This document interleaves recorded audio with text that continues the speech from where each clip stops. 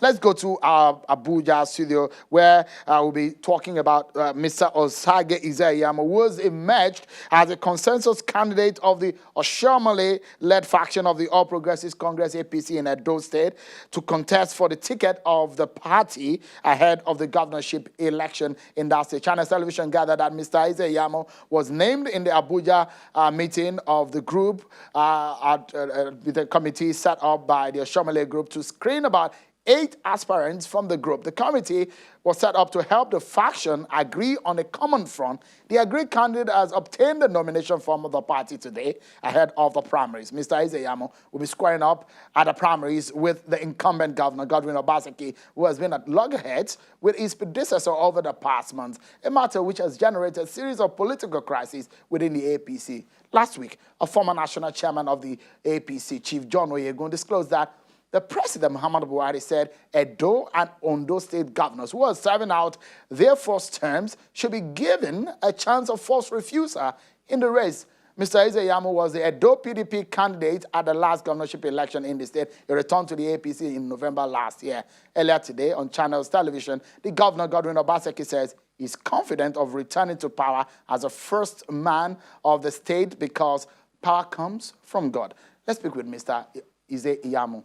He joins us from Abuja studio. Thank you so much, Mr. Ize-Iyamu, for joining us tonight on the program. You have emerged as the consensus candidate from the Oshomole faction, but are you aware of the fact that the president wants a chance of forced refusal from Mr. Godwin Obaseki? Well, Sheung, I want to thank you for inviting me to your program, but let me quickly correct a misconception, and that is the label Oshomole faction. There's nothing like that. Oshomole is not in any faction in Edo State. Oshomole, as of today, remains the national chairman of the APC. So if the governor has problems with him, that does not mean that those who respect his position as national chairman belong to a faction led by him. Adams Oshomole is not leading any faction, and I think it's a very wrong label, and I want to appeal to channels to remove that label. Yes, Godwin Obaseki, the governor of the state, wants to come back as governor, and yes, a lot of the leaders of the APC in the state do not agree with that, but that does not mean that those who do not agree with him belong to a faction led by the national chairman. I think that basically is an insult because he has conducted himself as a national chairman, and if the governor is perturbed by his refusal to do what he did for him the first time, which is more or less impose him on the people, he does not want to do that anymore, there's no reason why anybody should say that it's leading a faction in Edo State. It's not leading a faction in Edo State. We have a right to aspire, and the statement you alluded to by Chief Ize-Iyamu has not been corroborated by anybody. And of course, you know that the president that we have is not the kind of president that will make such a statement. It's a president we know who is determined to ensure that we have democracy in our country. People are allowed to aspire for positions. And today, I want to collect the APC form. If truly the president had closed the door, I'm sure that they will not even sell forms to anybody. But they are selling forms, not only to me, but as many people as want to buy forms. So that would tell you that there's no such instruction, and there can never be. Is the governor who has said that his second term is non-negotiable? I'm surprised he's not bringing God into it, because a man who says my second term is non-negotiable is telling you that even God cannot interfere, that his second term is beyond God, it's beyond the party, and nobody can say anything about it. And maybe that's the crux of the problem, because he believes that he has gone into a position where nobody can even suggest to him that he cannot come back. But he doesn't own Edo State, and the party that put him there, they have a right to determine who will go there again. And the exercise must be a free and transparent one.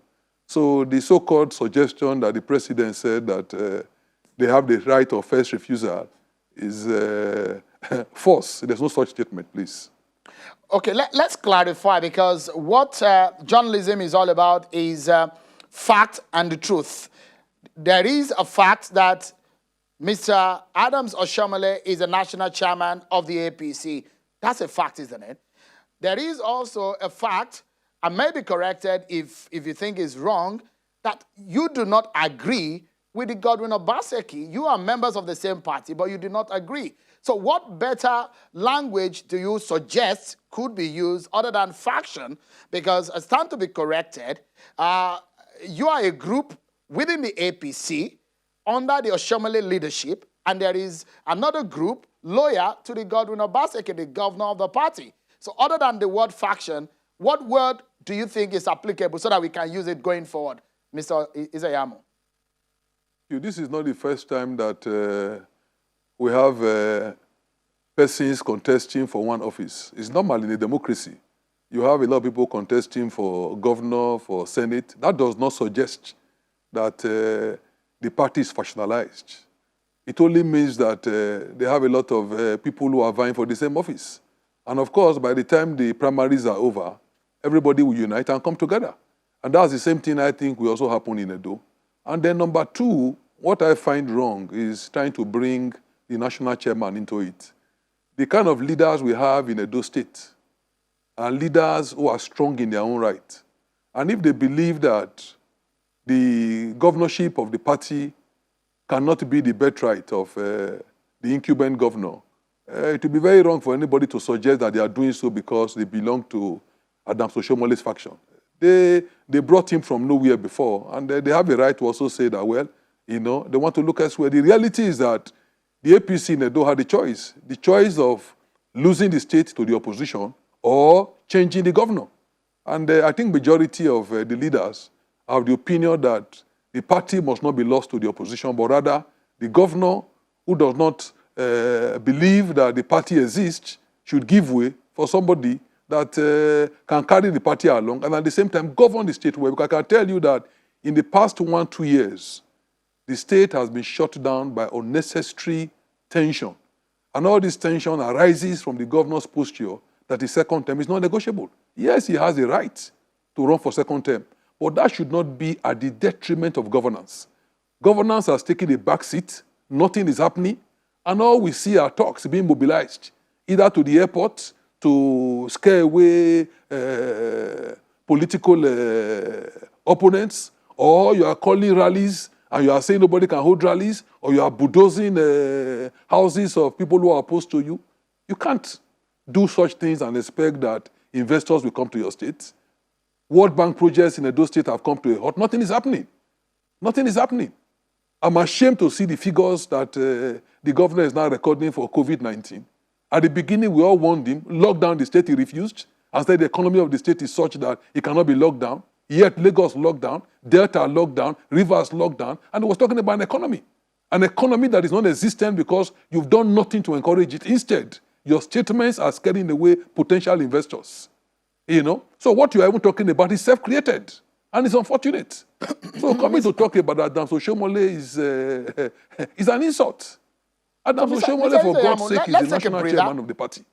Yeah, let's take a break. And when we come back, there are more issues to talk about on your journey to this point and going forward in the APC and ahead of the governorship election. We still have Mr. Femi Falana on the program. Of course, Mr. Femi Adesina will also be joining us later on the show. Don't go anywhere. We just got started. Thank you so much, everyone, for staying with us on the program. Let's get back to our conversation with Mr. Osage Ize-Iyamu, popularly called Pastor Ize-Iyamu, a politician, and now he's obtained the nomination form of the APC to contest in the governorship election. He will be squaring up against the incumbent governor, Godwin Obaseki, at the primaries. Thank you so much, Mr. Ize-Iyamu, for joining us tonight.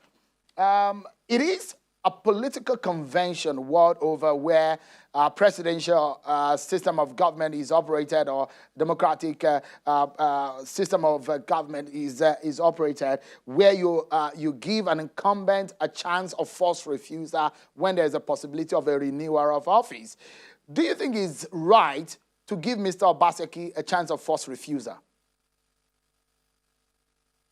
Well, Sheun, let me again, I'm sorry, but in mentioning my name, you said Mr. Ize-Iyamu, popularly called Pastor Ize-Iyamu. I'm a pastor in the Redeemed Christian Church of God, a senior pastor. So it's not a question about being popularly called. It's an ordination from the Redeemed Christian Church of God, and I'm a practicing pastor and Christian, politics aside. So I would like to just quickly clarify that. Whatever you want to say, you need to look at the constitution of the APC. You talk about convention in the absence of a constitution. The constitution of the APC, which I was privileged to be one of those who drafted, do not recognize what you call the right of first refusal. If you want to contest for an election, whether you've been there before or you've not been there before, you must go through the process. If you are popular and you have a record, it gives you a good advantage to be able to win the race. But to expect that because you are an incumbent, automatically others will step aside for you, is not in the constitution of the APC. So you cannot be talking about the convention when you have a written constitution. The constitution of the APC is quite clear. And I'm sure you are not telling us that we should drop the constitution of the APC and begin to follow what you call the convention. The convention is clear, and performance is subjective. I listened to the tape just now when the governor said, oh, Edo people things have done well. I'm an Edo person. To be honest with you, I don't think so. And there are very many people like me who don't think so. So it's natural for somebody to think he's dancing well, but a lot of times you need to listen to those who are watching you and get the correct opinion. I can tell him very clearly and dispassionately that for majority of us, he has not done well. We have even shied away from criticizing him because we're in the same party. If we were in opposite parties, the criticism would have been a lot louder. But because we don't want to lose our state, it will be better for us to look for a way to quietly ease him out. And that will happen by the time we do our primaries. So there's nothing like first refusal. If he's very popular, if he thinks he has done well, then convince party members. If you convince them and they buy it, they will support you. And there's nothing anybody can do about it. The primaries is not going to be done by people from outside the state. It will be done by people in Edo State. So let them vote for you, let them support you, and then you get a second-term ticket, and automatically, all of us will support you. Yamu, I would like to ask you, you seem to be confident about the primaries. Are you confident of defeating Mr. Obaseki at the primaries? Yes, you see, the truth about it is this. Primaries are done by political parties. And those who vote are party members. So when you think party members are not important, when you think party members are not relevant, then the issue is who's going to vote for you. I listened to his telephone conversation just now. I'm happy that for a man who said the second-term ticket is not negotiable, now realizes that there is God and that God has a say. But at the same time, he has spoken with disdain about men. No man can do anything. But God has given men the privilege to vote for who they want. So if you say men are not important and men are irrelevant, just like you despise God at the beginning, and then you want them to vote for you, how are you going to win? This nomination will not be done in government house. Nomination is not going to be done by government appointees. Nomination will be done by party members. The same party members that you have insulted, that you speak about with disdain, that you refer to as if they are criminals, people who voted for you, people who risked their life for you. So how are you going to win? So he is the one that needs to be rigged in to be able to win. In a free and fair election, there's no way he can stand. There's no way. So I'm very confident that by the time we do the primaries, I will emerge as the candidate. There's no doubt about it. Quickly, Mr. Ize-Iyamu, which mode of primaries would you prefer? Because we understand that there's an adoption of the direct mode of primaries. Not a question of preference. You cannot be contesting and want to determine what the rules will be. You must subject yourself to the rules. And the rules will come from the party. The constitution of the APC is quite clear. The National Working Committee, they are the ones to organize primaries. And of course, they have three options. It could be consensus, which of course, the governor has made impossible by his attitude. It could be direct, it could be indirect. For me, any of these options is acceptable. But from what I've heard, the party in their wisdom have said they want direct primaries. And I'm surprised that the governor and some of his people are talking about indirect primaries. And what even makes it more shocking is the fact that they want to use COVID-19 as an excuse. If it's COVID-19 you want to talk about, then indirect primaries is a no-no. Because indirect primaries means bringing delegates, thousands of them, to one place. That is dangerous. On the other hand, if you are doing direct primaries, it means you want to decentralize the process and move the numbers to their different wards in such a way that it will become manageable. And that by the time you follow social distancing and all the protocols, you'll be able to do that thing effortlessly. But what they don't even understand is that to be able to do indirect primaries, you need to elect delegates. How do you elect delegates? You have to go and vote for them in the ward, which is the same thing as direct primaries. So maybe they don't understand what it means so to do indirect. To do indirect means that you must first do direct before you do indirect. Because of our time, we have to touch on one or two more issues. But you, the man you're working with now, the national chairman of the APC, Mr. Adams Oshiomhole, you were a political arch rival to this man 4 years ago or so when you contested on the platform of the PDP. 7 years ago when he was also seeking a re-election, you fought him very hard. Between now and then, what has changed? You are mistaken, Shehu. Normally you have the facts, but you are mistaken. The 7 years ago when he was seeking the election, I was the director general of his campaign. I was not fighting him. You left at some point. For your point. information, he won the 18 local governments. We won everywhere in the state, working together. So two of us have worked together in his first election, in his second election. I didn't have any problem supporting him in his first or second election. The problems that led to my leaving the party had to do with the congresses that we did, which had nothing to do with his coming in or going. And of course, you know that disagreements is normal in politics. Even in families, you disagree. That does not change who you are. So the fact that I disagreed with Comrade when I was contesting for election, and who was Comrade supporting? The governor now who says that he's a nobody was the person he had to do everything to support. And of course, I don't feel bad because whatever he said about me was meant to ensure that I didn't emerge. There's no way he would have allowed me, coming from another party, to come and take the governorship from his own party in the state. So what he did to me was fair. It was fair in war. And I hold no grudge about it. Okay, and whatever I said that time, either to defend myself or to attack him, was said in the same spirit. So again, Mr. Ize-Iyamu, quick one, sorry, apologies to butt in. Yes. You were in the PDP. For some of the members or your friends in the PDP who saw you're leaving the party as a betrayer, the question again comes that what has changed since when you were in PDP and now the party, APC, that you strongly criticized at the time? Mr. Sheum, the APC you are talking about now, I was one of the founders of the party. We founded the APC. I was vice chairman of the Constitutional Drafting Committee. The people you are talking about, including the present governor, they don't even know how the party was formed. I was there. So I left because of disagreement. And are you saying that if people speak to me and with time, I should not come back to a house that we built? It will be shocking if you tell me that, oh, Pastor, the house you built, a party you put together that today, is something to be proud of. You shouldn't come back. I had friends in the APC at state and national level who were talking to me. And I had time to reflect. There are many things you do in anger.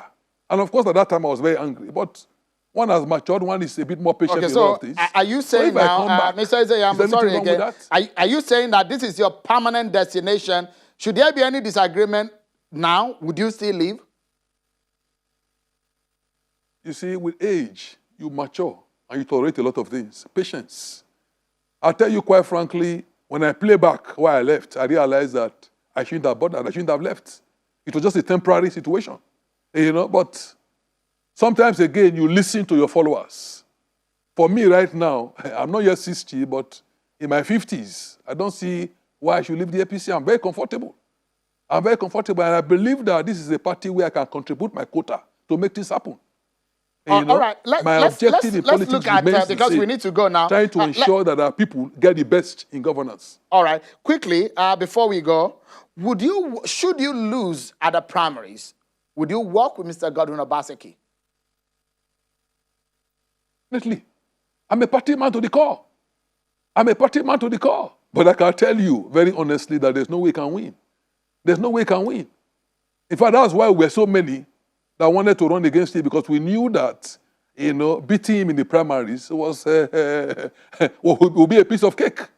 Unless it's not Edo people, unless it's not APC people in Edo State who will come and vote during the primaries. If they are, then please forget it. There's no way he can win. Mr. Osage Ize-Iyamu, APC Edo, APC governorship aspirant, thank you indeed for your time tonight on the program. Thank you very much. Thank you.